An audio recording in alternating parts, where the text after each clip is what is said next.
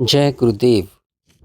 लगातार बहुत समय तक अत्यंत क्रूर पाप करने वाले को भी कभी कभी अपने इस घृणित कर्म से स्वतः ही अरुचि होकर वैराग्य और विवेक हो जाता है, जिससे वह अध्यात्म साधन में जुटकर परम पद को प्राप्त कर लेता है।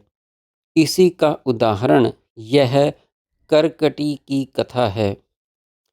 महापर्वत हिमालय के उत्तरी भाग में कंजलपंक नामक पर्वत पर एक महाविशालकाय भयंकर आकृति वाली अति क्रूर निशाचरी रहती थी, जिसका नाम करकटी था। बुभुक्षु प्रकृति वाली होने से बड़वानल के समान उसकी भूख नर मांस खाने से कभी शांत नहीं होती थी। एक बार उसने विचार किया कि मैं इस जम्बू द्वीप निवासी सभी जनों को खा सकूं तो मेरी भूख शांत हो जाएगी, जैसे घनघोर वर्षा से मरुभूमि की तपन शांत हो जाती है। अपने इस मनोरथ की सिद्धि के लिए पूरी तत्परता और लगन से चित्त को पूर्णतया एकाग्र करके ब्रह्मा जी को प्रसन्न करने के लिए उसने घोर तप आरंभ किया। सूर्य और चंद्र की गति में अपनी दृष्टि को स्थिर करके एक पैर पर खड़ी होकर शीत, ग्रीष्म, वर्षा, झंझा आदि की कुछ भी परवाह ना करके उसने 8 सहस्त्र वर्ष तक घोर तप किया। नीच जाति में जन्मे और नीच कर्म करने वाले लोग भी किसी सिद्धि की प्राप्ति के लिए सतत प्रबल पुरुषार्थ और कष्ट सहकर दारुण तप करते हैं, तो अथक अभ्यास से उन्हें भी कालांतर में सिद्धि अवश्य प्राप्त हो जाती है, क्योंकि प्रबल पुरुषार्थ कभी निष्फल नहीं होता। तदनुसार ही उसकी तपस्या से ब्रह्मा जी प्रकट हुए। राक्षसी ने विचार किया कि मैं कोई ऐसा वरदान मांगूं जिससे मेरी भूख शांत रहे।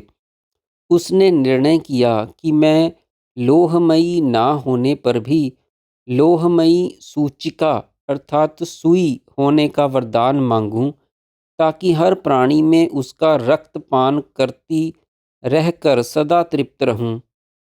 यह विचार करके उसने ब्रह्मा जी से सूचिका बनने का वरदान मांगा। तत्पश्चात वह करकटी अपनी विशाल काया से अंगुली मात्र आकार वाली सूचिका अर्थात सुई बनकर बहुत काल तक मनुष्यों के अंदर यथेच्छ प्रविष्ट होकर निर्बाध उनका रक्त मांस पीती खाती रही और उन्हें असह्य वेदना पहुंचाती रही। दीर्घ काल तक क्रूर नीच कर्म करते रहने से करकटी को वैराग्य हो गया। वह सोचने लगी, मैंने यह क्या किया। क्षुधा निवृत्ति की तृष्णा से मोहित होकर मैंने अपना वह विशाल शरीर गंवा दिया। अब यह लघु शरीर सुई तो बहुत थोड़े से ही रक्त और मांस से पूरा भर जाता है और इससे मानवों को पीड़ा कष्ट कई गुना बढ़ा और लंबा हो जाता है। हाय, मैंने यह कैसा दुष्कर्म कर डाला। इस प्रकार अपने उस कर्म से अरुचि पूर्वक दुख और वैराग्य से अभिभूत होकर उसने पुनः तप करने का निश्चय किया। उसने अपना यह क्रूर कर्म त्याग दिया। सब ओर से चित्त वृत्तियों को समेटकर दत्त चित्त होकर घोर तप किया। उसने सब ओर से उपरति और वैराग्य पूर्वक सुई के शरीर से 1 सहस्त्र वर्ष तक लगातार तप करके परम गति प्राप्त कर ली। उस परम उग्र तप से उसके समस्त क्लेश दुरित वासनाएं क्षीण होकर वह विशुद्ध चित्त हो गई। उसे जीव ब्रह्म एकता का बोध हो गया। उसने 1000 वर्ष तक पुनः समाधिस्थ होकर तप किया। तब लोक सृष्टा ब्रह्मा जी स्वयं ही उसके समक्ष पुनः प्रकट हुए और कहा, अब तुम समस्त दोष क्लेश अविद्या से रहित होकर ज्ञानी हो गई हो। अपने पूर्व शरीर को प्राप्त करके परमात्म चिंतन करते हुए संसार में स्वतंत्र यथा इच्छा विचरण करो। नीच कर्म करने वाले दूषित अज्ञानी अधर्म में लिप्त मनुष्यों को ही भक्ष्य आहार बनाकर खाओ। ऐसा कहकर ब्रह्मा जी अंतर्ध्यान हो गए और राक्षसी भी सभी प्रवृत्तियों से उपरत होकर निर्विकल्प समाधि में स्थित हो गई। स्वभावो ही दुरतिक्रमम। समाधि से जागने के बाद कर्कटी को नर मांस खाने की इच्छा हुई। वह ब्रह्मा निर्दिष्ट उपयुक्त भक्ष्य मानव की खोज में उस पर्वत की तलहटी में स्थित किरातों के मंडल में गई और हस्तहार्य अंधकार में वहाँ के राजा और मंत्री को देखा, जो प्रजाजनों की सुरक्षा तथा समाचार जानने के लिए रात्रि भ्रमण कर रहे थे। कर्कटी ने भयंकर अट्टहास पूर्वक उन्हें खा जाने की चेतावनी दी, तो राजा ने कहा कि यदि तुम अन्याय से हमें खाओगी तो तुम्हारे सिर के 100 टुकड़े हो जाएंगे। कर्कटी ने कहा कि मैं तुम्हें अन्यायपूर्वक नहीं खाऊंगी। प्रजाजनों की याचना की पूर्ति ना करना राजा के लिए अन्याय होता है। मैं तुमसे 6 प्रश्नों की याचना करती हूँ। यदि तुमने मेरे 6 प्रश्नों के सही उत्तर देकर मेरी याचना पूरी नहीं की तो तुम अन्यायी हो जाओगे और तब मैं तुम्हें खा जाऊंगी। राजा ने कहा, पूछो। कर्कटी ने प्रश्न किए। सागर में उठने वाले असंख्य बुलबुलों के समान ये अनेक ब्रह्मांड लाखों की संख्या में हैं।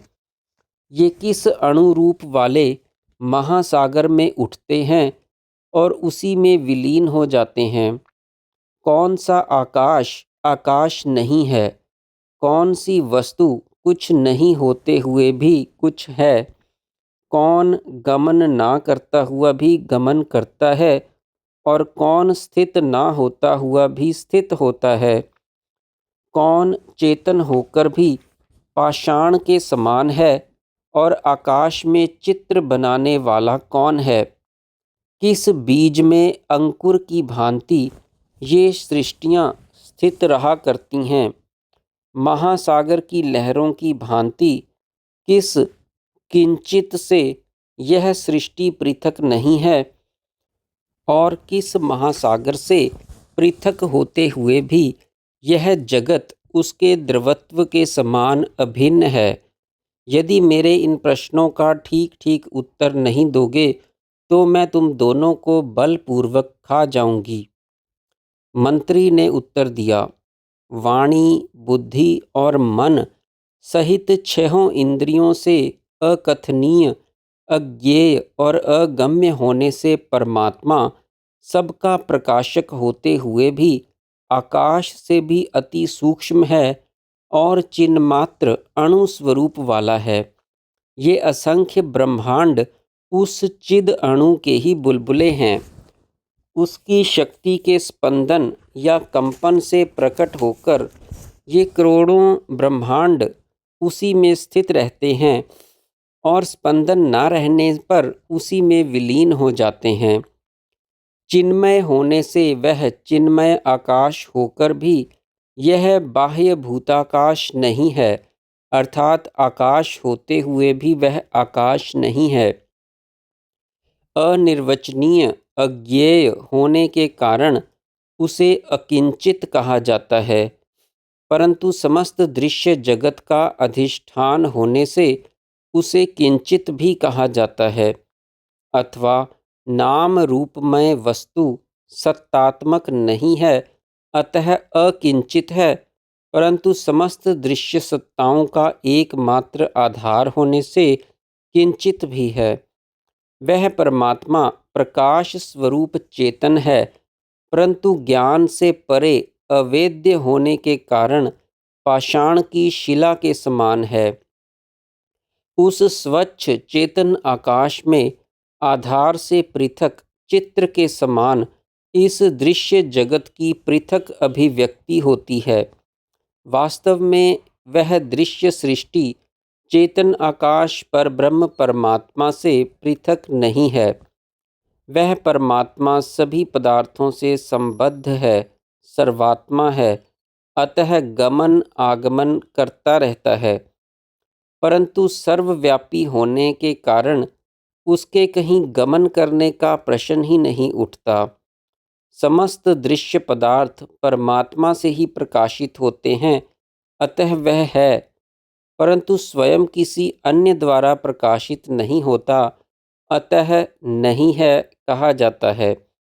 अर्थात दृश्य रूप में स्वयं ही दिखने से वह सत्तावान है, परंतु दृश्याभाव में नहीं दिखता, अतः असत्तात्मक कहा जाता है। दृश्य का प्रकाशक होने से सत्तावान है और पर प्रकाश्य ना होने से सत्तावान नहीं है। मंत्री की इन युक्ति युक्त उत्तरों को सुनकर करकटी परम संतुष्ट हुई। उसने कहा कि जिसका मंत्री इतना ज्ञानी है, वह राजा भी तो कुछ बताए। तब राजा ने मंत्री के युक्ति युक्त उत्तरों से भिन्न प्रकार से ब्रह्म के विषय में बताया।